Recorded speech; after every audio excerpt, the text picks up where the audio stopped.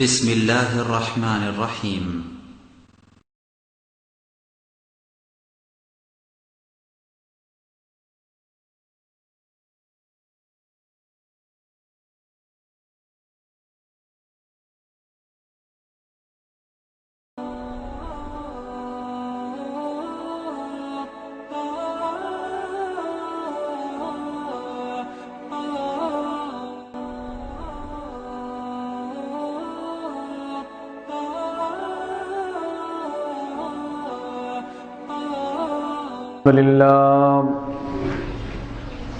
الحمد لله نحمده ونستعينه ونستغفره ونعوذ بالله من شرور أنفسنا ومن سيئات أعمالنا من يهده الله فلا مضل له ومن يضلله فلا هادي له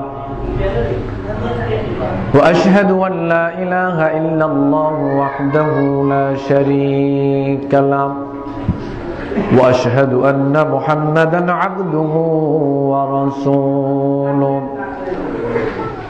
أما بعد فإن خير الحديث كتاب الله وخير الهدي هدي محمد صلى الله عليه وسلم وشر الأمور محدثاتها وكل محدثة بدعة وكل بدعة ضلالة وكل ضلالة في النار فأعوذ بالله من الشيطان الرجيم بسم الله الرحمن الرحيم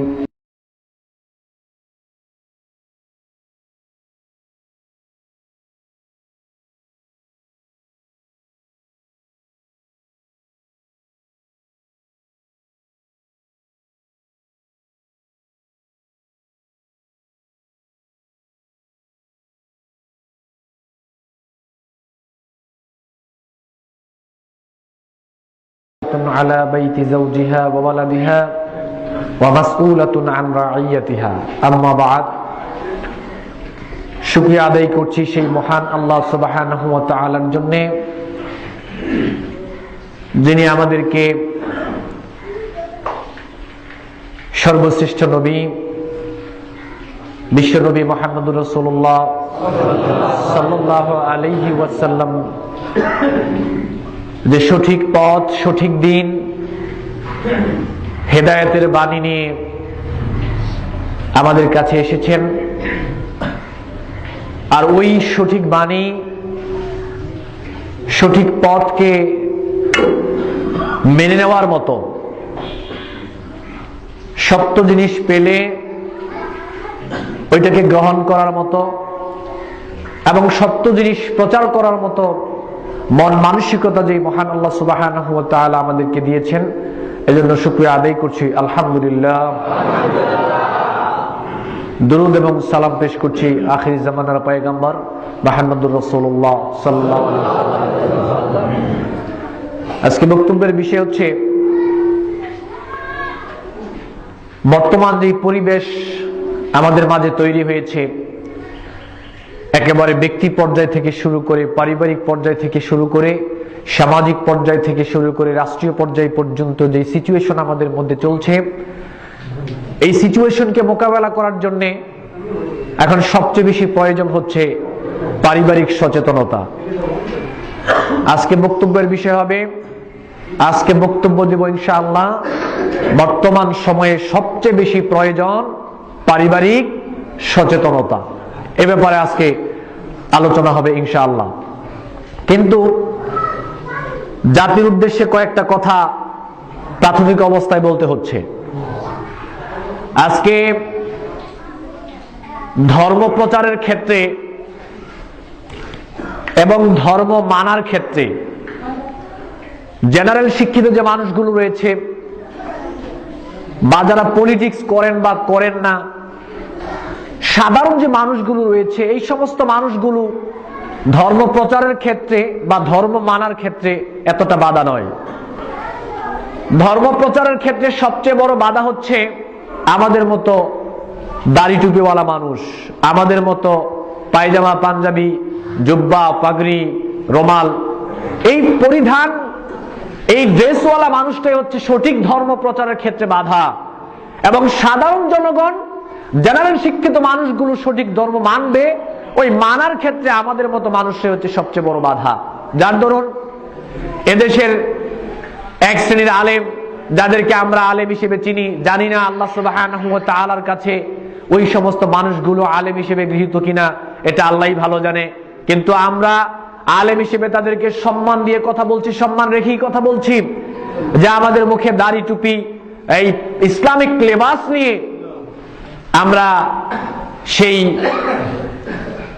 রাষ্ট্রের কাছে আবেদন জানিয়েছি যাতে করে বাংলাদেশ থেকে পিস টিভিকে অফ করে দেওয়া হয়।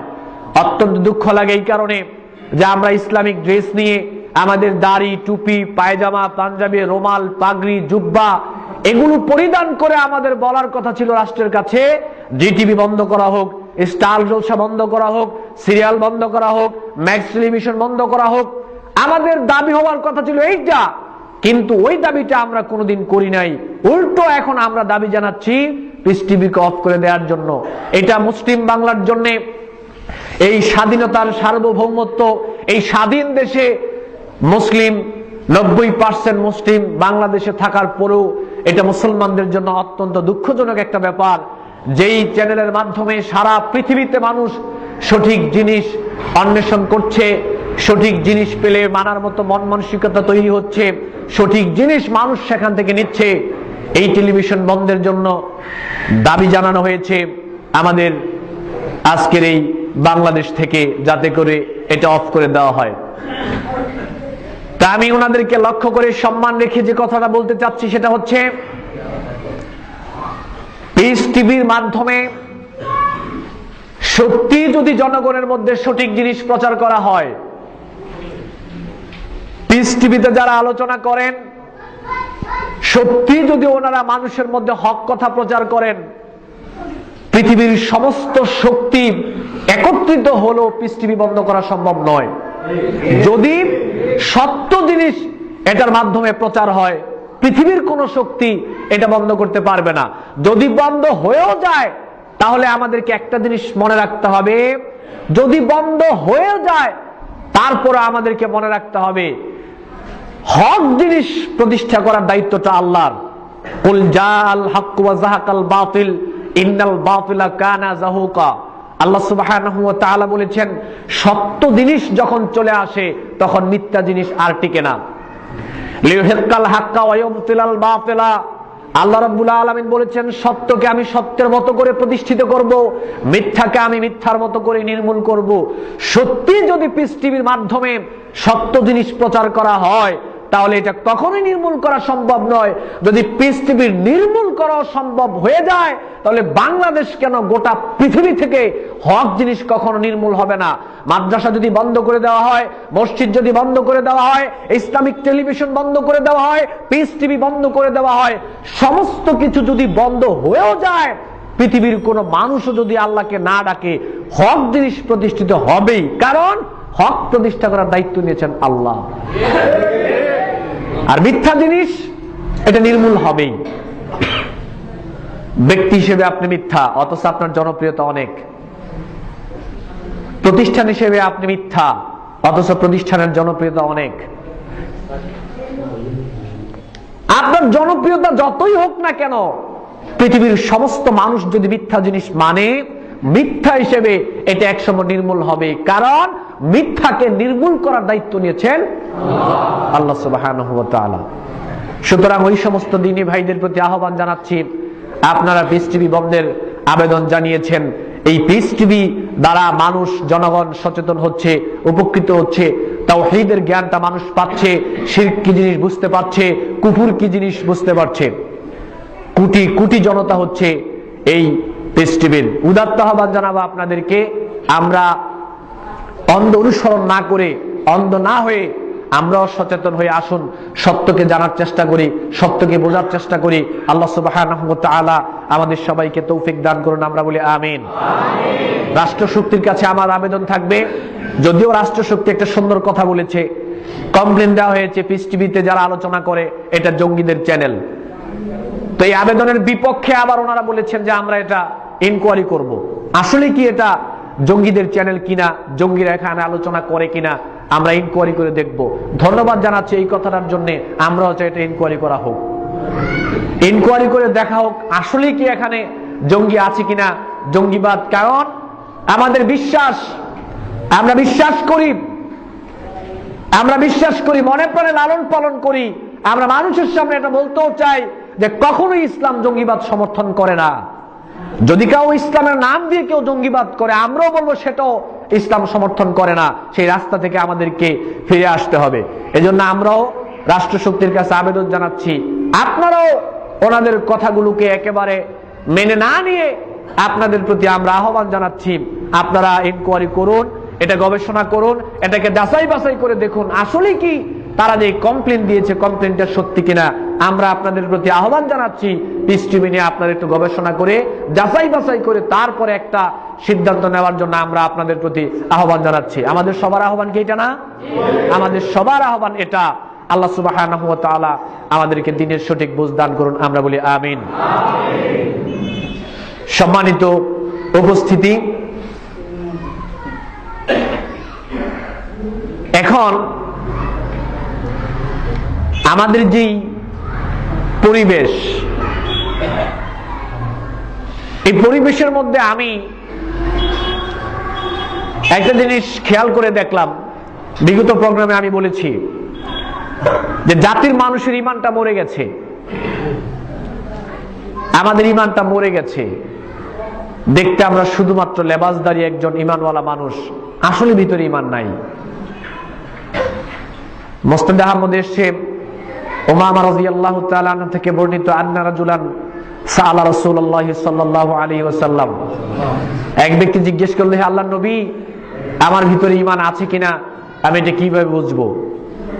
আল্লাহর নবী বলেন, ইযা সাররাতকা হাসানাতুকা ওয়া সাআতকা সাইয়্যাতুকা ফাআনতা মুমিন।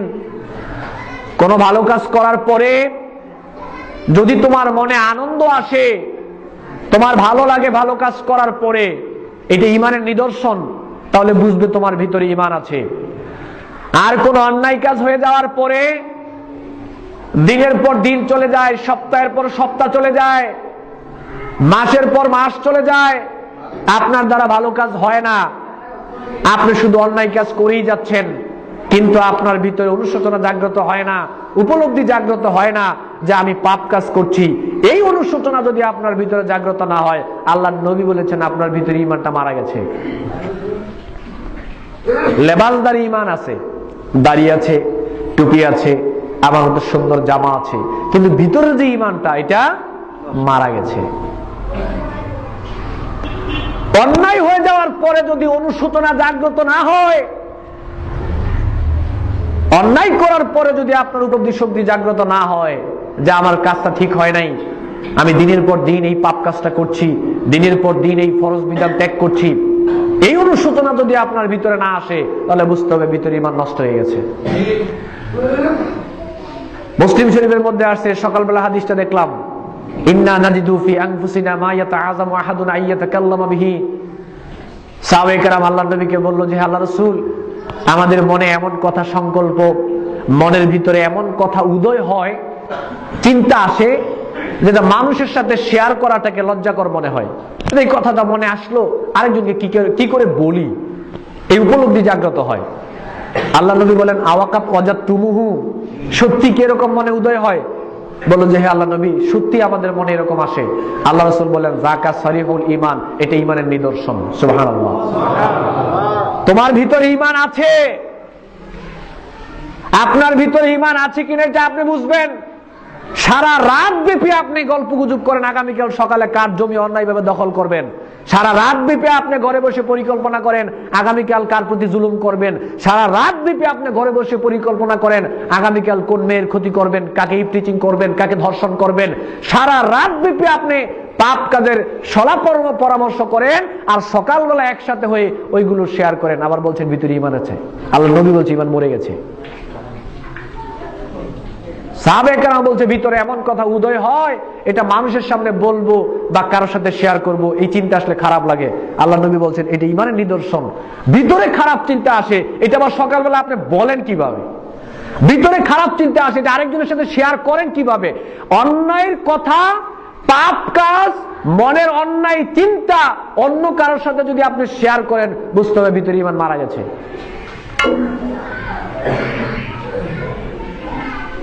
ঈমান মরে কিভাবে? ঈমানটা মরে কিভাবে? একটা বৃক্ষ কিনলেন, ছোট্ট একটা বৃক্ষ, ধরেন ওই বৃক্ষটার দাম 1 লক্ষ টাকা। 1 লক্ষ টাকার একটা বৃক্ষ ছোট্ট আপনি বাড়িতে এনে লাগালেন। এখন ওই গাছটা লাগানোর পরে, ওইটা রোপণ করার পরে আপনার দায়িত্ব হচ্ছে ওই বৃক্ষটাকে পানি দিতে হবে, ওইটাতে সার দিতে হবে, ওইটার সেবা যত্ন করতে হবে। যদি বৃক্ষটা রোপণ করার পরে আপনি সেবা যত্ন না করেন, আমি সবাইকে একটা প্রশ্ন করতে চাই, আপনার বিবেক দিয়ে আপনি একটা উত্তর দিবেন, উপলব্ধির শক্তিতে একটা উত্তর দিবেন। একটা বৃক্ষ লাগানোর পরে যদি সময় চলে যাচ্ছে কিন্তু বৃক্ষটার কোনো দেখাশোনা, পানি আপনি দিচ্ছেন না, আপনি সার দিচ্ছেন না, সেবা যত্ন করছেন না, তাহলে সময়ের ব্যবধানে কি 1 লক্ষ টাকার বৃক্ষটা মারা যাবে না? আপনি যেদিন বলেছিলেন আশহাদু আল্লা ইলাহা ইল্লাল্লাহ ওয়া আন্না মুহাম্মাদুর রাসূলুল্লাহ, আপনি যখন এই স্বীকারোক্তি আল্লাহ রাব্বুল আলামিনকে দিয়েছিলেন, এই কালেমার স্বীকারোক্তি দেওয়ার মাধ্যমে আপনার অন্তরে ঈমান নামক একটা বৃক্ষ আপনি রোপণ করেছেন। ঈমান নামক বৃক্ষ আপনি অন্তরে রোপণ করেছেন। এখন ঈমান নামক বৃক্ষের খাবার হচ্ছে সালাত, ঈমান নামক বৃক্ষের খাবার হচ্ছে সিয়াম, ঈমান নামক বৃক্ষের খাবার হচ্ছে হজ, ঈমান নামক বৃক্ষের খাবার হচ্ছে যাকাত, ঈমান নামক বৃক্ষের খাবার হচ্ছে হালাল উপার্জন করা, ঈমান নামক বৃক্ষের খাবার হচ্ছে হারাম বর্জন করা, ঈমান নামক বৃক্ষের খাবার হচ্ছে গান বাজনা না করা, ঈমান নামক বৃক্ষের খাবার হচ্ছে জেনা না করা, ঈমান নামক বৃক্ষের খাবার হচ্ছে মানুষের প্রতি জুলুম না করা, ঈমান নামক বৃক্ষের খাবার হচ্ছে ভালো কাজ করা, অন্যায়কে বর্জন করা। এটা ঈমান নামক বৃক্ষের খাবার।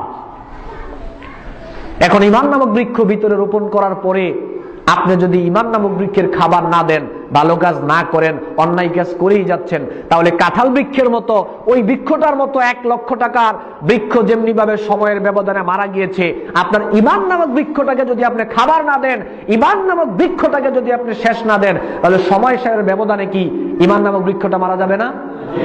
মারা যাবে। এবার চিন্তা করে দেখেন আমাদের কয়জনের ভিতরে ঈমানটা আছে?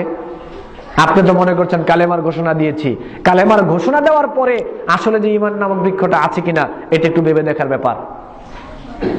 ভালো কাজ করতে আপনার মন চায় না কেন? ঈমান মারা গেছে। অন্যায় কাজ হওয়ার পরে উপলব্ধি শক্তি জাগ্রত হয় না কেন?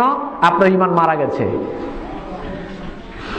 ঈমানকে আবার নবায়ন করতে হবে, ঈমানকে আবার জ্বালাই করতে হবে। ইন্না হাযিল কুলুব তাসদাউ কামা ইয়াসদাউল হাদিদ। আল্লাহ নবী সাল্লাল্লাহু আলাইহি সাল্লাম বলছেন যে লোহায় যেমন মরিচিকা পড়ে, ঈমানেও অন্তর তদ্রূপ মরিচিকা পড়ে। সাহাবায়ে কেরাম জিজ্ঞেস করলেন, ওয়া মা জালাউহা ইয়া রাসূলুল্লাহ সাল্লাল্লাহু আলাইহি সাল্লাম, আমার অন্তরে যে মরিচিকা পড়ে এটাকে আমি কিভাবে ঝালাই করব? রাসূল সাল্লাল্লাহু আলাইহি সাল্লাম বললেন, কাসরাতু যিকরুল মাউত ওয়া তিলাওয়াতুল কোরআন। বেশি বেশি করে মৃত্যুর কথা স্মরণ করো, বেশি বেশি করে পরকালের কথা স্মরণ করো, বেশি বেশি করে কবরের কথা স্মরণ করো, আর বেশি বেশি করে আল্লাহর কোরআন তেলাওয়াত করো, তাহলে অন্তরটা পরিষ্কার হয়ে যাবে। সুবহানাল্লাহ।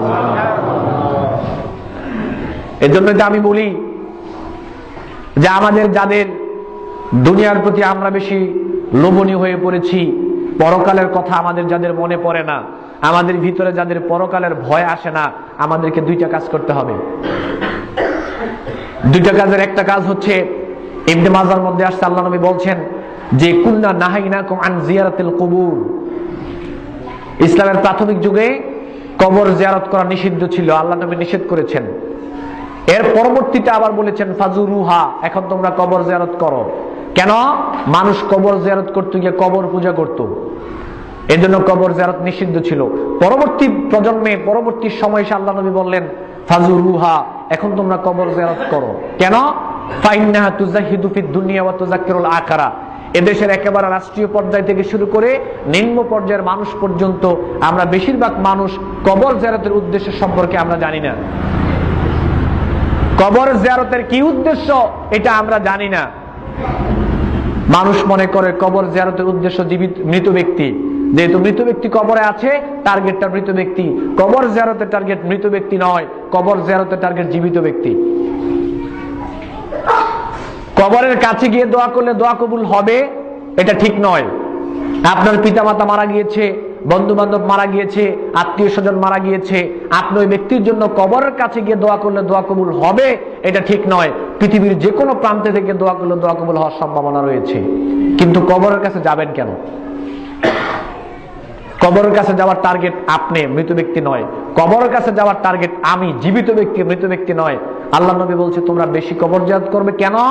কবরের কাছে যাওয়ার টার্গেট হচ্ছে এইটা যে কবরের কাছে গেলে তোমার পরকালের কথা মনে হবে, কবরের কাছে গেলে তোমার কবরের কথা মনে হবে, কবরের কাছে গেলে তোমার জাহান্নামের কথা মনে হবে, কবরের কাছে গেলে তোমার কবরের শাস্তি মনে হবে, কবরের কাছে গেলে তোমার দুনিয়ার লোভ কমে যাবে, দুনিয়ার প্রতি অনীহা সৃষ্টি হবে, পরকালের কথা বেশি মনে হবে। এই জন্য কবর জিয়ারত করো।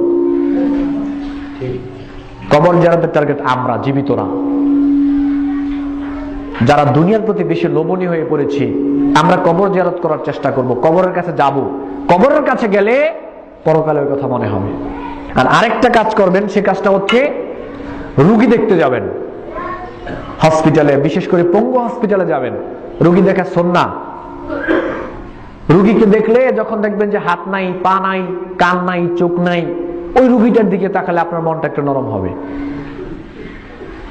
আপনার ভিতরে একটু ভয় জাগ্রত হবে। এজন্য দুনিয়ার প্রতি আমরা যারা লোভনীয় হয়ে পড়েছি আমরা দুইটা কাজ করব। একটা হচ্ছে কবর জিয়ারত করার চেষ্টা করব, আর একটা হচ্ছে রোগীদেরকে সেবা যত্ন করার বা রোগী দেখতে আমরা যাব, তাহলে আমাদের মনটা একটু নরম হবে। সম্মানিত দিনী ভাই, কথাগুলো বললাম কেন? কথাগুলো এই কারণে বললাম, আজকে আমাদের জাতির মানুষের ঈমান মরে গেছে। জাতির মানুষ দিন 24টা ঘন্টা মানুষ পাপ কাজে লিপ্ত। 24 ঘন্টা আমরা পাপ কাজ করেই যাচ্ছি, কিন্তু পাপ কাজ করার পরে আমাদের কোনো অনুশোচনা নাই, উপলব্ধি আমাদের জাগ্রত হচ্ছে না। সূরা জারিয়াতের 56 নং আয়াতে আল্লাহ সুবহানাহু ওয়া তাআলা বলেছেন, ওমা খলাকতুল জিন্না ওয়াল ইনসা ইল্লা লিয়াবুদুন। মানব জাতি এবং জিন জাতির উদ্দেশ্য একটাই, সেটা হচ্ছে লিয়াবুদুন, তারা আমার গোলামি করবে। ওমা উমিরু ইল্লা লিয়াবুদুল্লাহ মুখলিসিনা লাহুদ্দিন। সূরা বাইয়িনার 5 নং আয়াতে আল্লাহ বলছেন, আল্লাহ রাব্বুল আলামিন আমাদেরকে নির্দেশ করেছেন একনিষ্ঠভাবে যেন আমরা আল্লাহর গোলামি করি, আল্লাহর দাসত্ব করি। ওয়াকাদা রাব্বুকা আল্লা তা'বুদু ইল্লা ইয়াহু। সূরা বনী ইসরাঈলের 23 নং আয়াতে আল্লাহ বলছেন, বান্দার জন্য এটা নির্দিষ্ট করে দেওয়া হয়েছে, বান্দা একনিষ্ঠভাবে গোলামি করবে আল্লাহর। একনিষ্ঠভাবে আমাদেরকে আল্লাহর গোলামি করার জন্য বলা হয়েছে। লিয়াবুদুন। আমাদের দেশের মানুষগুলো, বিশেষ করে আমরা যারা বক্তব্য দেই, অধিকাংশ মানুষ আমরা বক্তব্য দেওয়ার সময় শুধু বলি ওমা খালাকতুল জিন্না ওয়াল ইনসা ইল্লা লিয়াবুদুন, আমাদেরকে সৃষ্টি করা হয়েছে আল্লাহর ইবাদত করার জন্য। কিন্তু এখানে ইয়াবুদুন কি এটা আমরা বোঝাতে পারছি না। ইয়াবুদুন শব্দটা এসেছে আব্দুন থেকে। আব্দুন মানে গোলাম, মানে দাস। আমরা আল্লাহর গোলাম। আমরা কার গোলাম? পৃথিবীর কোন মানুষের গোলাম আমরা নই, আমরা আল্লাহর গোলাম। এখন আপনি যদি আল্লাহর গোলাম হন, আমি যদি আল্লাহর গোলাম হই, তো গোলাম হিসেবে আমাদের কাজ কি? আপনার একটা গোলাম সকালবেলা ফজরের পর থেকে তার কাজের লিস্টটি আপনি দিয়ে দেন। ঘুম থেকে ওইটা এইটা করবা, এরপরে এইটা করবা, এরপরে এইটা করবা। সারাদিন আপনার গোলাম আপনার কাজ করতে বাধ্য নয়? যেহেতু লোকটা আপনার গোলাম, তাকে খাওয়াচ্ছেন, পড়াচ্ছেন, বেতন দিচ্ছেন, তাহলে সে আপনার কাজ করতে বাধ্য নয়? কেন বাধ্য? যেহেতু সে আপনার গোলাম।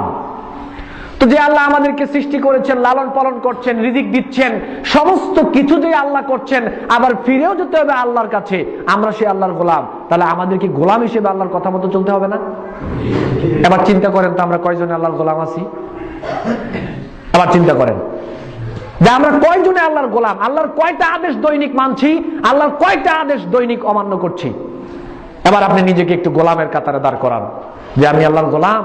গোলাম হিসেবে মা আতাকুমুর রাসূলু ফাখুযুহু ওয়া মা নাহাকুম আনহু ফান্তাহু, কয়টা আদেশ মানছি আর কয়টা আদেশ অমান্য করছি, একটু আপনি চিন্তা ভাবনা করেন।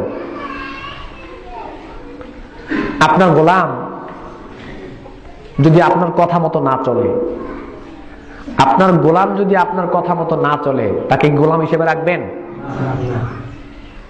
তাহলে আমরা যে আল্লাহর গোলাম, যদি ওই আল্লাহর গোলামি আমরা না করি, আল্লাহর কথা মতো না চলি, তাহলে আল্লাহ কি রাখবে আমাদেরকে? সম্মানিত উপস্থিতি, এটা উপলব্ধির বিষয়, এটা আবেগের ব্যাপার নয়। অন্যায় কাজ করার পরে আপনার ভিতরে উপলব্ধির শক্তি জাগ্রত হয় না কেন? অন্যায় করার পরে আপনি বুঝতে পারেন না কেন যে আমার অন্যায় হয়েছে, ভিতরের ঈমানটা মরে গেছে, এই কারণে বুঝতে পারি না। আমরা আল্লাহর গোলাম, কিন্তু দিন দিন সময় চলে যাচ্ছে, মাস চলে যাচ্ছে, বছর চলে যাচ্ছে, কত বছর চলে গেছে আজকে 40 বছরের সময়।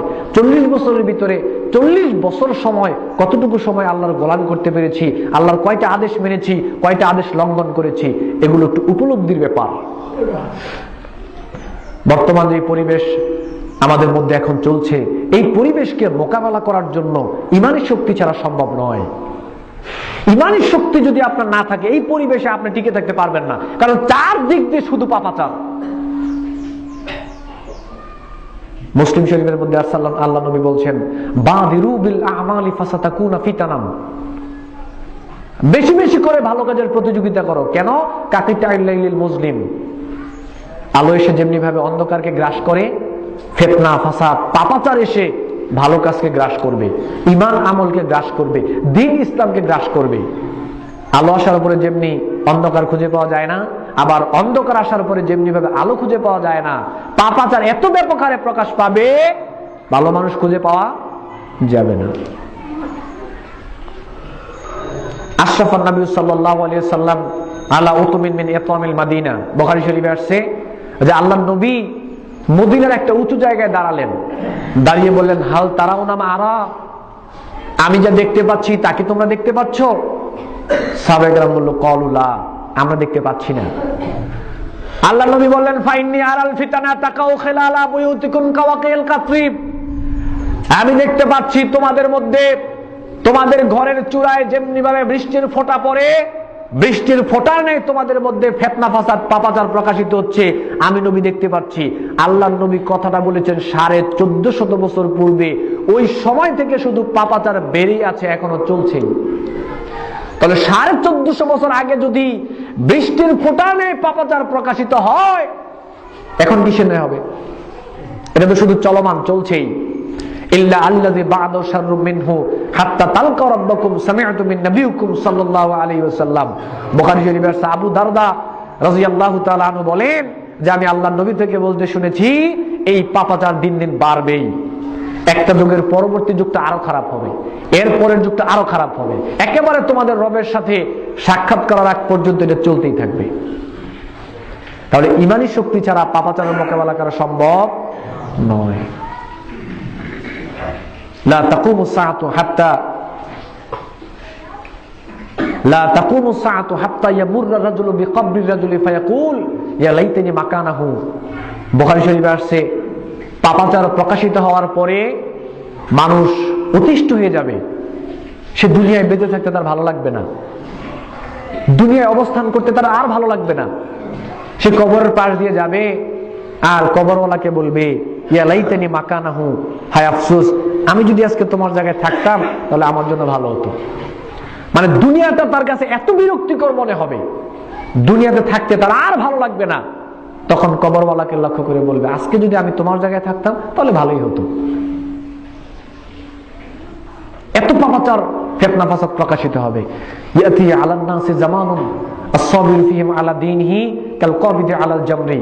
তিরমিজি শরীফের মধ্যে আসছে, আল্লাহর নবী বলছেন, পাপাচার প্রকাশিত হওয়ার পরে, ফিতনা প্রকাশিত হওয়ার পরে যুগটা এত কঠিন হবে, হাতের মধ্যে জ্বলন্ত অঙ্গার রাখা যেরকম কঠিন হবে, ঈমান আমল দ্বীন ইসলামের উপর টিকে থাকা তদ্রুপ কঠিন হবে। এই সময়টা এখন। এজন্য এখন যদি টিকে থাকতে চাই আমরা, তাহলে বাদিরু বিল আমালি ফাসাতাকুনা ফিতানান, বেশি বেশি করে ভালো কাজ করতে হবে। পাপাচার যত বেশি, ভালো কাজ তত বেশি। পাপের মোকাবেলা করতে হয় ভালো কাজ দিয়ে। এজন্য আজকে যে ফিতনা ফাসাদ পাপাচার প্রকাশিত হচ্ছে, এজন্য দায়ী হচ্ছে আমরা পরিবার, বেশিরভাগ দায়ী হচ্ছি আমরা পরিবার। আমরা পারিবারিকভাবে সচেতন নই। আমার ছেলে, আমার মেয়ে, আমার ছেলে, আমার মেয়ে এবং আমার ওয়াইফ, এই তিনটা জিনিসের দ্বারা, এই তিনটা ব্যক্তির দ্বারা এই সমাজে বেশি পাপ হচ্ছে। রাস্তাঘাটে যেই পাপ হচ্ছে, যেই জেনা হচ্ছে, যেই গান বাজনা হচ্ছে, অশ্লীল কাজ হচ্ছে, দেখবেন সেখানে ছেলে এবং মেয়ে অবশ্যই রয়েছে। তাহলে ওই যে ছেলে মেয়েগুলো পাপ কাজ করছে, এগুলো কি আমাদের ছেলে মেয়ে নয়? আমাদেরই ছেলে মেয়ে। পাপাচার প্রকাশিত হওয়ার জন্য প্রাথমিকভাবে আমরা পরিবার দায়ী, আমরা পারিবারিকভাবে সচেতন নই।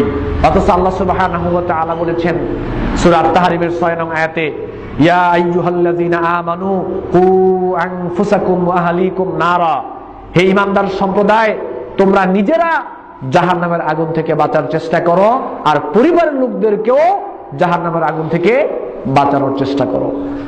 এই দায়িত্বটা হচ্ছে পিতার, বিশেষভাবে এই দায়িত্বটা হচ্ছে পিতার। আল্লাহ নবী বলছেন, কুল্লুকুম রাঈন ওয়া কুল্লুকুম মাসউলুন আন রাইয়াতিহি, বুখারী মুসলিমে আসছে, তোমরা প্রত্যেকেই দায়িত্বশীল।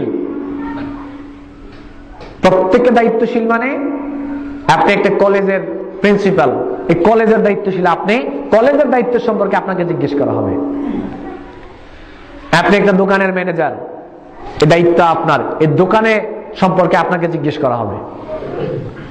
আপনি একটা স্কুলের সেখানে হেডমাস্টার, স্কুল সম্পর্কে আপনাকে জিজ্ঞেস করা হবে। একটা মাদ্রাসার সুপার, এর সম্পর্কে আপনাকে জিজ্ঞেস করা হবে।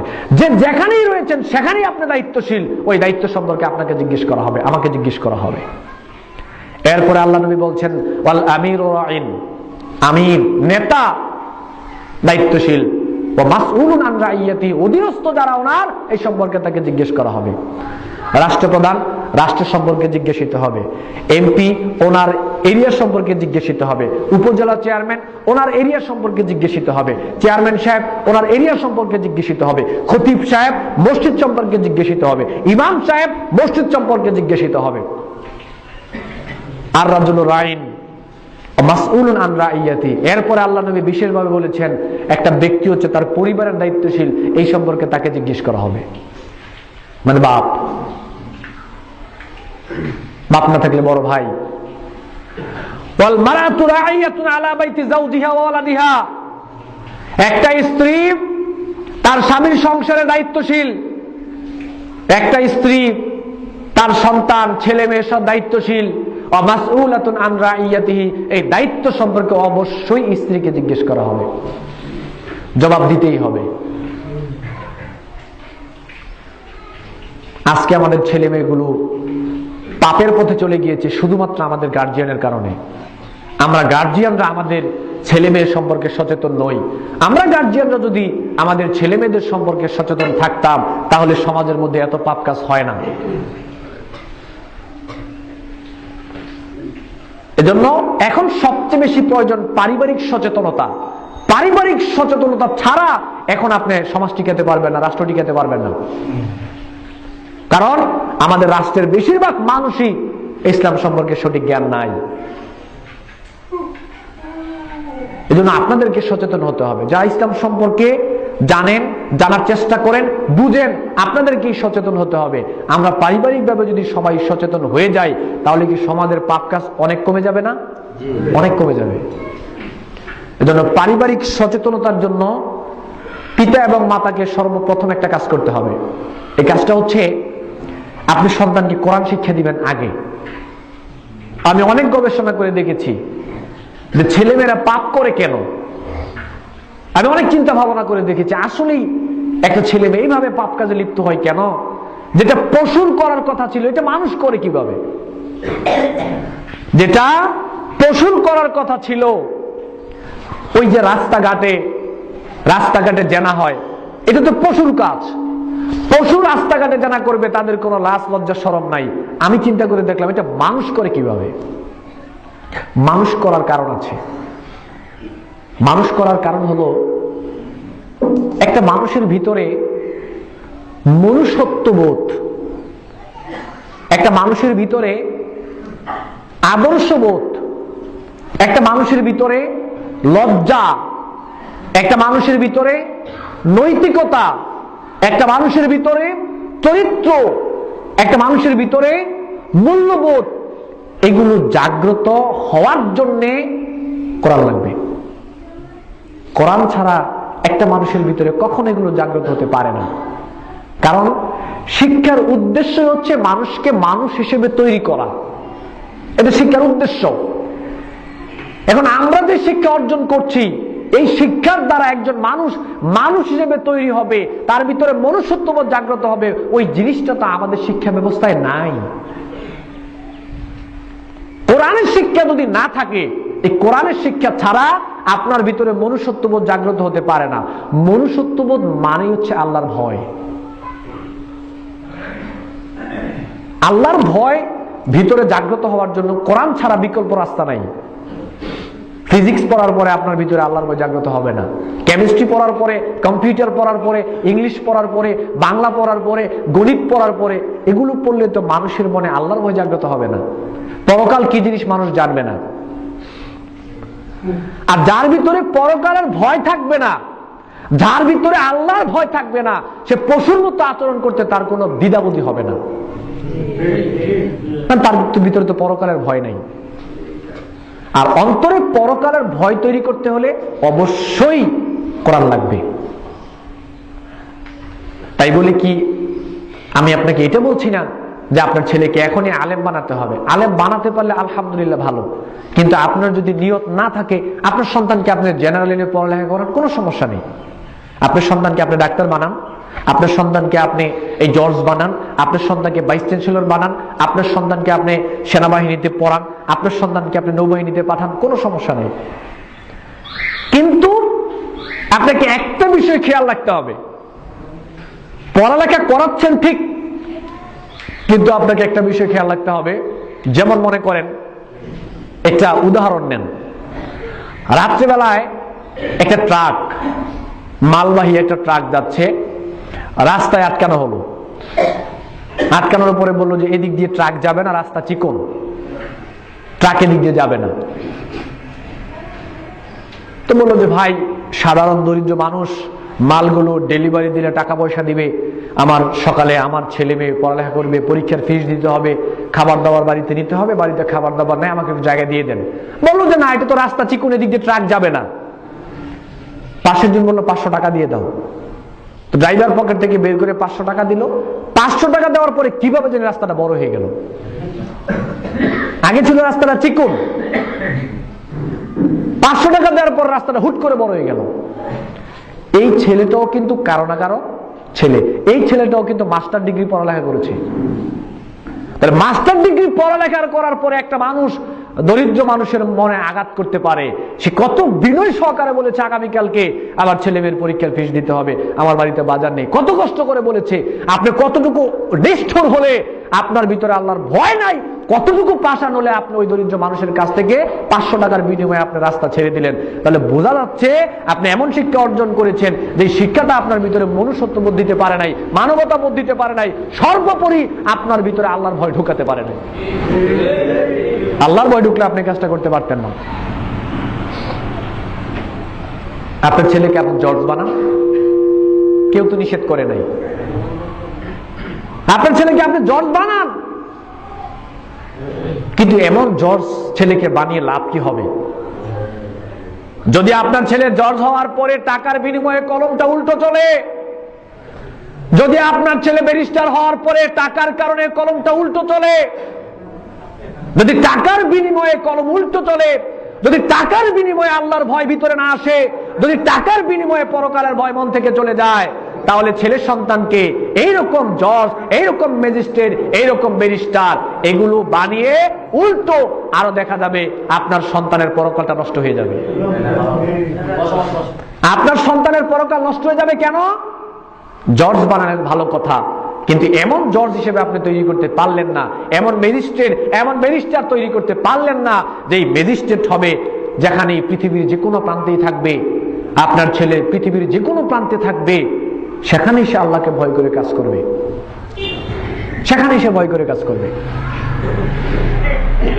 আপনার সন্তানকে আপনি জজ বানান, ম্যাজিস্ট্রেট বানান, ব্যারিস্টার বানান, ডাক্তার বানান, তারপরে আপনার সন্তানকে আরো যা রয়েছে জেনারেল লাইনে আপনি যা খুশি আপনি বানান, কিন্তু সন্তানকে এমন শিক্ষাটা আগে দিতে হবে যে আমার সন্তান ইত্তাকিল্লাহ হাইসুমা কুন। তিরমিজির হাদিসে আল্লাহ নবী বলছেন, তোমরা পৃথিবীর যে কোনো প্রান্তেই থাকো না কেন আল্লাহকে ভয় করে চলো। সন্তানকে এমন শিক্ষা আগে দিতে হবে, সন্তান পৃথিবীর যে কোনো প্রান্তেই থাকবে সেখানে সে আল্লাহকে ভয় করে চলবে। এই সন্তান লাগবে। কিতাবুন আনজালনাহু ইলাইকা লিতুখরিজান নাসা মিনাজ যুলুমাতি ইলান নূর, সূরা ইব্রাহিমের 1 নং আয়াতে আল্লাহ রাব্বুল আলামিন বলেছেন যে কোরআন মানুষের অন্তরে যে অন্ধকার রয়েছে, কার অন্তরে যদি কোরআন ঢুকতে পারে তাহলে কোরআন গিয়ে মানুষের অন্তর থেকে অন্ধকারটা বের করে দেবে। পরিবারে অন্ধকার থাকবে, পরিবারে যদি কোরআন ঢুকতে পারে তাহলে পরিবারের অন্ধকার কোরআন দূর করে দিবে। কেন? কোরআন হচ্ছে একটা আলো, নূর। আপনার সমাজ অন্ধকার থাকবে, আপনার রাষ্ট্র অন্ধকার থাকবে, ওই অন্ধকারের ভিতরে যদি কোরআন ঢুকতে পারে তাহলে অন্ধকার দূর হয়ে যাবে। কেন দূর হয়ে যাবে? কোরআনটা হচ্ছে নূর, আলো। কিতাবুন আনজালনাহু ইলাইকা লিতুখরিজান নাসা মিনাজ যুলুমাতি ইলান নূর। আল্লাহ রাব্বুল আলামিন বললেন যে কোরআন নাযিল করেছি এই কারণে যে কোরআন মানুষকে অন্ধকার থেকে বের করে কোরআন মানুষকে আলোর দিকে নিয়ে যাবে।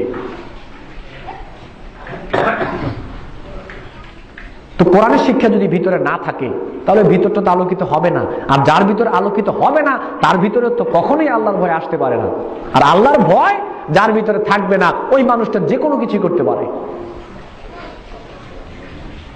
সম্মানিত দিনী ভাই, আপনার সন্তানকে আপনি ফিজিক্স, কেমিস্ট্রি, বিজ্ঞান, তারপরে এই অঙ্ক, তারপরে এই ইংলিশ, বাংলা, কম্পিউটার, এগুলো যদি আপনার সন্তানকে আপনি না শিখান, পরকালে আপনাকে একবারও জিজ্ঞেস করা হবে না যে কেন শিখালেন না। আপনাকে আল্লাহর কসম করে একটা জিনিস বলে যাচ্ছে, আপনার সন্তানকে যদি আপনি কোরআন শিক্ষা না দেন, আপনার সন্তানকে যদি আপনি দ্বীন শিক্ষা না দেন, আল্লাহর কসম আপনাকে পরকালে জবাবদিহি করতে হবে কেন সন্তানকে আপনি দ্বীন শিক্ষা দিলেন না।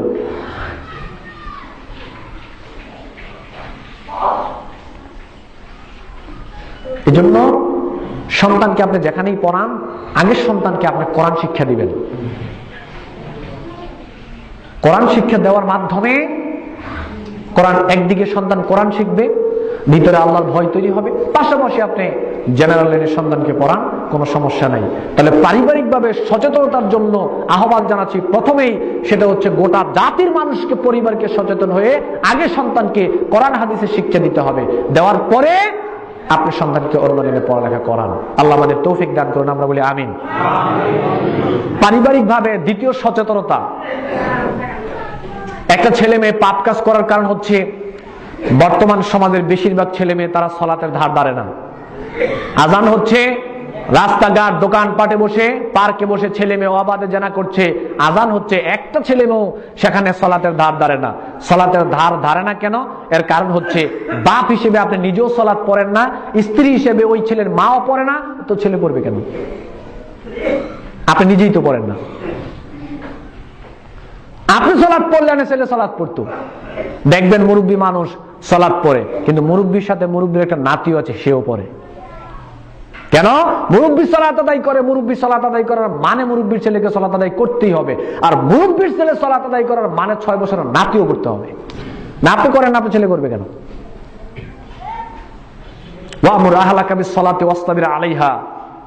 আল্লাহ রাব্বুল আলামিন বলছেন পরিবারকে সালাতে নির্দেশ করতে হবে, নিজেকেও সালাত আদায় করতে হবে। তুমি নিজে পড়বা না, পরিবারকে পড়বা, এটা হয় কি করে? নিজেকে আগে সালাত আদায় করতে হবে, পরিবারের লোকদেরকে সালাতের কথা বলতে হবে, এটা বলতেই হবে, এটা কোনো সান নাই। মুরু আওলাদাকুম বিস-সালাতি ওয়া হুম আবনা 7 সিনিন ওয়াদরিবুহুম আলাইহা ওয়া হুম আবনা 10 সিনিন। আবু দাউদের হাদিস। 7 বছর বয়সে সন্তানকে সালাতের কথা বলতে হবে, 10 বছর বয়স হলে আঘাত করতে হবে, সালাত পড়াতেই হবে। আপনি নিজে না পড়লে সালাত সন্তানকে বলবেন কিভাবে?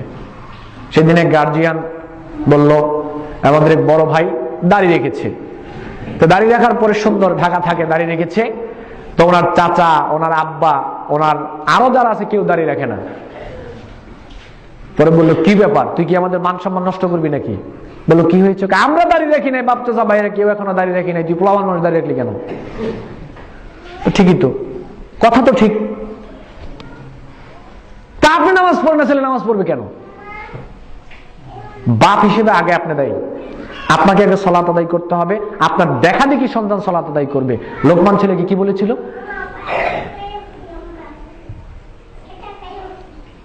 আগে সালাত আদায় করতে হবে। যদি সালাত আদায় নিজেও না করেন, সন্তানও না করেন, তো সালাত আদায় না করার কারণে বাপ বেটা দুইটা জাহান্নামে যাবেন।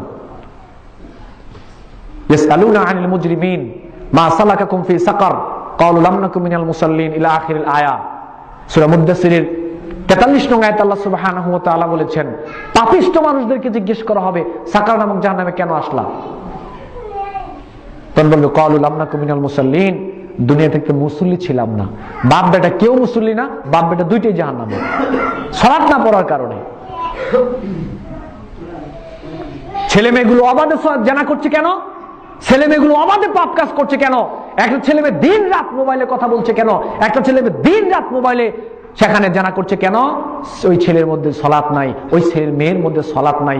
আল্লাহ বলছে আকিমিস সলাতা ইন্নাস সলাতা তানহা আনিল ফাহশাই ওয়াল মুনকার। যদি কেউ সুন্দর করে সলাত আদায় করে তো সলাতই তাকে পাপ কাজ থেকে বিরত রাখবে। তা আপনি সলাত পড়েন না, আপনি পাপ কাজ থেকে বিরত থাকবেন কি করে? জাতির মানুষের প্রতি আহ্বান, এখন জাতি যদি পাপ কাজ থেকে বিরত থাকতে চায় তাহলে পারিবারিকভাবে সচেতনতার মাধ্যমে বাপ বেটা এবং মাকে সবাইকে সলাতের দিকে ফিরে আসতে হবে। কেন? আল্লাহ বলছেন সলাতই মানুষকে পাপ কাজ থেকে বিরত রাখে। আপনি সুন্দর করে সলাত আদায় করার চেষ্টা করুন, পাপ কাজ অনেকাংশে কমে যাবে। 2 নম্বর সচেতন বিষয়, সন্তানকে সলাতের জন্য তাগিদ দিতে হবে, নিজেকেও সলাত আদায় করতে হবে। যদি নিজে সলাত আদায় না করেন, সন্তানকে না বলেন, সন্তান কিন্তু পরকালে আপনার বিরুদ্ধে ওয়ারেন্ট জারি করবে, কেন বললেন না? রব্বানা আরিনাল লাযীনা আযাল্লানা মিনাল জিন্নি ওয়াল ইনস নাজআলহুমা তাহতা আকদামিনা লিয়াকুনা মিনাল আসফালিন। এরপরে তৃতীয় সচেতন বিষয় হচ্ছে, আপনি একজন পিতা, আপনি একজন মাতা, আপনার মুখে দাড়ি, আপনি 5 ওয়াক্ত সালাত আদায় করার চেষ্টা করেন, কিন্তু আপনার ছেলে সালাত আদায় করে না, এটা আপনার ব্যর্থতা। ছেলেকে সালাত আদায়ের কথা বলতে হবে। দ্বিতীয় কথা হচ্ছে, আপনি সালাত আদায় করছেন, আপনার গায়ে অনেক সুন্দর জামা, পায়জামা, পাঞ্জাবি, জুব্বা, কিন্তু আপনার ছেলে অবাধে আপনার বাড়িতে গান বাজনা করে, আপনি এগুলো কেয়ারই করেন না। মানুষের ঈমান ধ্বংস হওয়ার জন্য একটা বড় হাতিয়ার হচ্ছে গান বাজনা। এই গান বাজনার আকর্ষণটা এমন যে গান বাজনার আকর্ষণটা যে যত বেশি গান শুনবে ওই গান তত বেশি তার ঈমানকে জবাই করবে, ঈমানের জোরটা গান কমিয়ে দেয়। আপনার সন্তান বাড়িতে গান বাজনা করছে প্রকাশ্য দিবালোকে, আপনি কিছু বলেন না কেন? তো আপনি বাপ হিসেবে কি দায়িত্ব পালন করলেন? আপনি তো থেকেও নাই। থাকলে যা হতো, না থেকে একই অবস্থা, না থাকলে যা হতো, থেকে একই অবস্থা। তা আপনি থেকে লাভ কি? যদি আপনার সামনে ছেলে গান বাজনা করে, তাহলে নামাজ পড়েন কেন? মুসলিম সমাজ পরিচয় দিচ্ছে আমি আহলে হাদিস, পরিচয় দিচ্ছে আমি জান্নাত চাই, পরিচয় দিচ্ছে আমি মুসলিম, অথচ বাপ বেটা দুইটাই নামাজ পড়ে না। অথচ বাপ নামাজ পড়লে ছেলে পড়ে না, বাপ নামাজে কিন্তু ছেলে বাড়িতে গান বাজনা করে, বাপ কিছুই বলে না। আপনার ছেলেকে যদি আপনি ভালোভাবে প্রেসার দিয়ে বলেন যে গান বাজনা চলবে না আমার বাড়িতে, ছেলেকে গান বাজনা করতে পারে? বাপ যদি ছেলেকে প্রেসার দিয়ে বলে গান বাজনা চলবে না, ছেলে গান বাজনা করতে পারে না। ছেলের বিয়ে, একদিন একজনকে বললাম যে আপনি নামাজ টামাজ পড়েন, ভালো মানুষ, সুন্দর দাড়ি টুপি রয়েছে, এই যে বিয়ে উপলক্ষে আপনার ছেলে গান বাজনা করছে, আপনি কিছু বলেন না কেন? বললো যে পোলাপান মানুষ, এই যুগের পোলাপান কিছু করবে আর কি, এই যুগের পোলাপান। লায়াকুনান্না মিন উম্মতি আকওয়ামুন ইস্তাহিল্লুনাল হাররা ওয়াল হারিরা ওয়াল খামরা ওয়াল মাআজিফ। ঠিক একথাই না নবী 1450 বছর পূর্বে বলেছেন বুখারী শরীফে, আমার উম্মতের এক শ্রেণীর মানুষ আসবে, তারা গান বাজনা, বাদ্যযন্ত্র, নায়িকা গায়িকা, নর্তকী, বিপিএল উপলক্ষে জুয়া খেলা, এগুলোকে তারা হালাল মনে করবে। এটাই বলেছে নবী 1450 বছর আগে। আপনি যেটা বলেন বাপ হিসেবে, এটাই নবী বলেছে। বিপিএল উপলক্ষে আপনি জুয়ার আসর বসালেন কেন? আপনাকে কে বলেছে আপনি আহলে হাদিস? আপনাকে কে বলেছে আপনি মুসলিম? বিপিএল উপলক্ষে আপনি জুয়ার আসর বসালেন কেন? ওই জুয়ার টাকা দিয়ে আপনি বাজার টাজার করে পরিবারের লোকদেরকে খাওয়াইলেন। ওই জুয়ার টাকা দিয়ে বাজার করে বাড়িতে খাবার খেয়ে, ওই খাবার খেয়ে যদি ইবাদত করেন, ইবাদত কবুল হবে না। মানিশতারা সাওবান বিআশরাতি দারাহিমা ওয়া ফীহি দিরহামুন হারামুন লাম ইয়াকবালুল্লাহু লাহু মা দামা আলাইহি, লাম ইয়াকবালুল্লাহু লাহু সালাতান মা দামা আলাইহি। আল্লাহ নবী বলছেন যে 10 দিরহাম দিয়ে যদি কেউ একটা জামা কিনে, ওই 10 দিরহামের মধ্যে যদি 1 দিরহাম হারাম থাকে, 10 দিরহাম দিয়ে যদি কেউ জামা কিনে, সেখানে যদি 1 দিরহাম হারাম থাকে, ওই জামা গায়ে দিয়ে যদি সে সালাত আদায় করে, তার সালাত হবে না যেই পর্যন্ত না তার গায়ে থেকে সে জামাটা খুলে না ফেলে।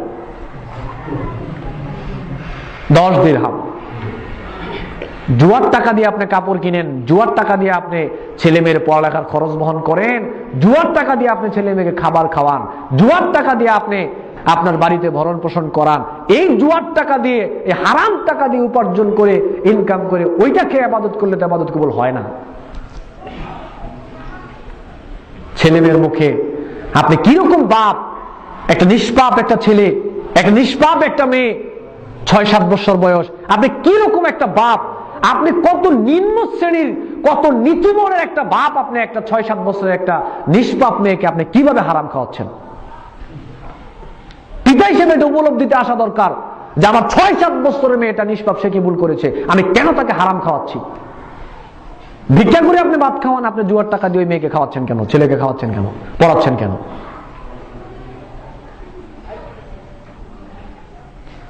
ছেলে পরিবারের মধ্যে ছেলে গান বাজনা করতে পারবে না, পিতা হিসেবে আপনাকে সচেতন হতে হবে। আপনার সামনে ছেলে গান বাজনা করে কি করে? সারাদিন ছেলে মোবাইলে গান শুনছে, মেয়ে মোবাইলে গান শুনছে, আপনার পরিবারে সারাদিন হিন্দি ছবি, বাংলা ছবি চলছে, আপনি কিছুই বলছেন না কেন? টেলিভিশনটা ভেঙে ফেলতে পারেন না? এত কিছু পারেন, টেলিভিশনও ভাঙতে পারেন না কেন আপনি?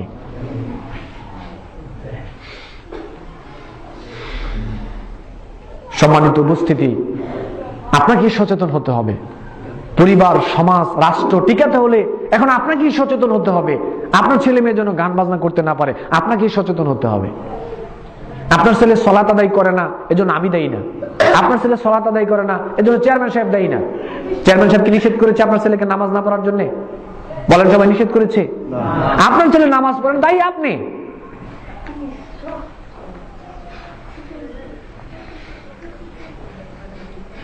এরপরে পারিবারিকভাবে সচেতনতার জন্য, সময় সংক্ষেপ শেষ করে দিচ্ছি, পারিবারিকভাবে সচেতনতার জন্য আপনাকে গুরুত্ব দিতে হবে আপনার ওয়াইফ এবং মেয়ের পর্দার ব্যাপারে। আপনাকে সচেতন হতে হবে। প্রথমে আপনি একজন স্বামী, পরে আপনি একজন বাপ। স্বামী হিসেবে আগে আপনাকে সচেতন হতে হবে। যদি এরকম সিচুয়েশন আমাদের মধ্যে কারো হয় যে আমি বিবাহ করলে আমার ওয়াইফ বাড়িতে আসবে, আমার বাড়ির চতুর্পার্শ্বটা খোলা, আমার ওয়াইফ সারাদিন বাড়িতে চলাফেরা করছে, বাহিরের মানুষ আমার ওয়াইফকে দেখছে, এই লোকটার উপর বিয়ে ফরজ নয়, তাকে রোজা রাখতে হবে। আপনি বিয়ে করবেন না, আপনি রোজা রাখবেন। যদি এরকম সিচুয়েশন হয় যে আপনি বউকে বাড়িতে আনার পরে আপনার বউ যেখানে এই গোসলখানা রয়েছে ওইটা দূর থেকে দেখা যায়, এটার কোনো পর্দা নাই, তাহলে আপনার উপর বিয়ে ফরজ নয়, আপনাকে রোজা রাখতে হবে। যদি প্রস্রাব, পায়খানা, টয়লেট আপনি না করতে পারেন, তাহলে আপনার উপর বিয়ে ফরজ নয়, আপনাকে রোজা রাখতে হবে। যদি এরকম সিচুয়েশন হয় আপনার ওয়াইফ ওই গোসল করে জামা কাপড় যেখানে আপনার শুকাতে দেয়, ওই জামা কাপড় যদি অন্য বাহিরের মানুষ জামা কাপড় দেখতে পায়, তাহলে আপনার উপর বিয়ে ফরজ নয়, রোজা রাখতে হবে। আপনার ওয়াইফ বাহিরে জামা কাপড় লাড়বে, এটা মানুষ দেখবে কেন? আপনার ওয়াইফ বাহিরে জামা কাপড় লাড়লে ক্ষতি কি আপনি দেখেন? আপনার ওয়াইফ বাহিরে একটা জামা কাপড় সেখানে শুকাতে দিলেন, একটা যুবক ছেলে বাহির দিয়ে যাচ্ছে, ওই সেলোয়ারটার দিকে দৃষ্টি গেল। এই সেলোয়ারটার দিকে দৃষ্টি যাওয়ার মানে যখন রাত্রে ঘুমাতে যাবে এই সেলোয়ারের কথা কল্পনা হবে। সেলোয়ারের কথা কল্পনা হওয়া মানেই বলবে যে উফ, উনি মনে এতটুকু মোটা। ওই সেলোয়ারটাকে নিয়ে এসে কল্পনা করবে, ওই জামা কাপড়টা নিয়ে এসে কল্পনা করবে। এটা বাইরে লাড়লেন কেন? আপনি শুকাতে দিলেন কেন? আওতার ভিতরে লাড়তে হবে। মহিলাদের কাপড় যা আছে এগুলো পর্দার ভিতরে লাড়তে হবে। যদি আপনি পর্দার ভিতরে এগুলো শুকাতে না দেন, অন্য একটা মানুষ দেখবে জামা কাপড় দেখে হুবহুব আপনাকে নিয়ে কল্পনা করবে, অথচ আপনি নাই, কিন্তু আপনার জামা কাপড়টা ছেলেকে জানার দিকে নিয়ে গেল।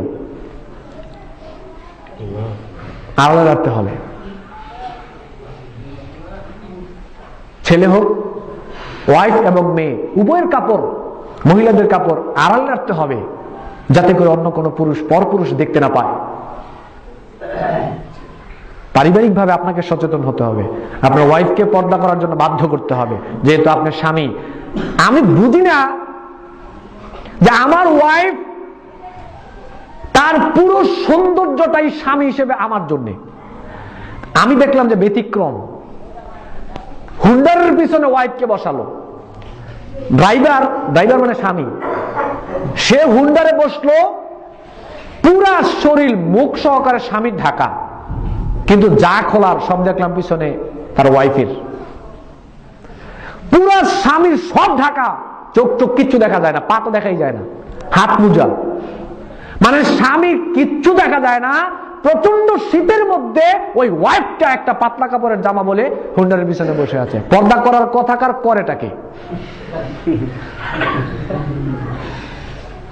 প্রচন্ড শীত কিন্তু ওয়াইফ শীতের জামা পরে না।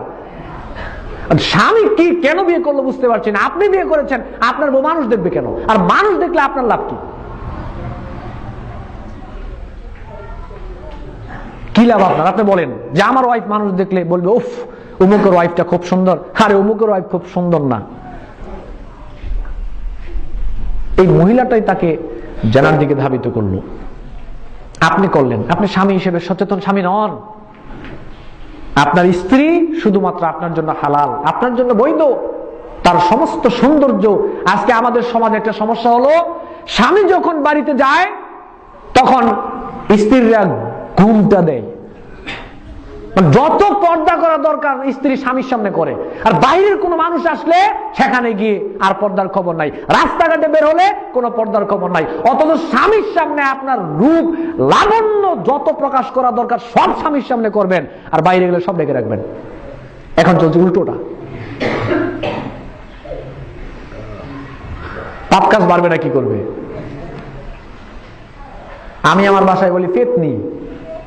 স্বামী যখন বাড়িতে যায় তো স্বামী যখন বউকে দেখে তো বউয়ের গায়ে ময়লা, কোনো সাজগোজ নাই, কি রকম দেখা যায়। আচ্ছা স্বামী যদি ওই মেয়েটাকে দেখে ভালো লাগবে?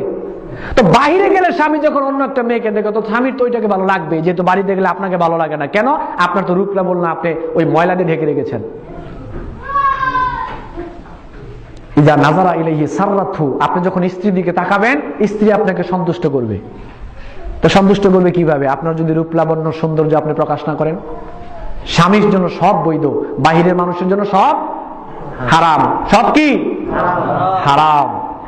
সম্মানিত উপস্থিতি, আমি আর কথা বাড়ালাম না। সচেতন হতে হবে আপনাকে। আপনার মেয়ের ব্যাপারে আপনি সচেতন হন। কেন আপনি মেয়েকে অ্যান্ড্রয়েড সেটটা কিনে দিলেন? কেন মেয়েকে আপনি সিম সহকারে সেটটা দিলেন? সিম না দিয়ে অ্যান্ড্রয়েড সেট দেন, সমস্যা নাই, সিম দিলেন কেন? এই মেয়েটা তো সিম নিয়ে সারাদিন কথা বলছে, এই মেয়েটা অ্যান্ড্রয়েড সেট নিয়ে ফেসবুকে সারাদিন চ্যাট করছে, সারাদিন ওই মেয়েটা রাত 12টার পরে ভিডিও কল দেওয়ার মাধ্যমে একটা ছেলের সাথে জানায় লিপ্ত হচ্ছে।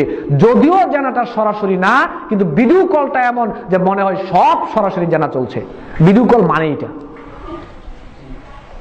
মেয়ে কোথায় যাচ্ছে আপনি পিছনে পিছনে একদিন যান, কলেজে যাচ্ছে আপনি খোঁজ খবর নেন, কার সাথে কন্ট্যাক্ট করে, কার সাথে যোগাযোগ করে, কোথায় যায়। বাপ হিসেবে এগুলো আপনার দায়িত্ব। আপনার পরিবারে কে আসে, কোন ছেলে আসে, আপনার মেয়ে কোন বান্ধবীর বাসায় গিয়ে কোন বন্ধুর বাসায় যায়, এটাও দেখার ব্যাপার। সম্মানিত উপস্থিতি, পিতা হিসেবে আপনাকে সচেতন হতে হবে, ভাই হিসেবে আপনাকে সচেতন হতে হবে, মা হিসেবে আপনাকে সচেতন হতে হবে। বর্তমান পরিবেশকে মোকাবেলা করতে হলে আমাদের পারিবারিক সচেতনতা ছাড়া এখন আমাদের জন্য বিকল্প কোনো রাস্তা নাই। উদাত্ত আহ্বান জানাচ্ছি, আসুন আমরা সবাই মিলে পারিবারিকভাবে সচেতন হই। যদি পারিবারিকভাবে সচেতন হতে পারি তাহলে কি ভাইয়েরা পাপ কাজ অনেক কমে যাবে না? বাংলাদেশ থেকে অনেক পাপ কাজ কমে যাবে যদি আমরা পারিবারিকভাবে সচেতন হতে পারি। আল্লাহ সুবহানাহু ওয়া তাআলা আমাদের সবাইকে তৌফিক দান করুন। আমরা বলি আমিন। আলহামদুলিল্লাহ রাব্বিল আলামিন।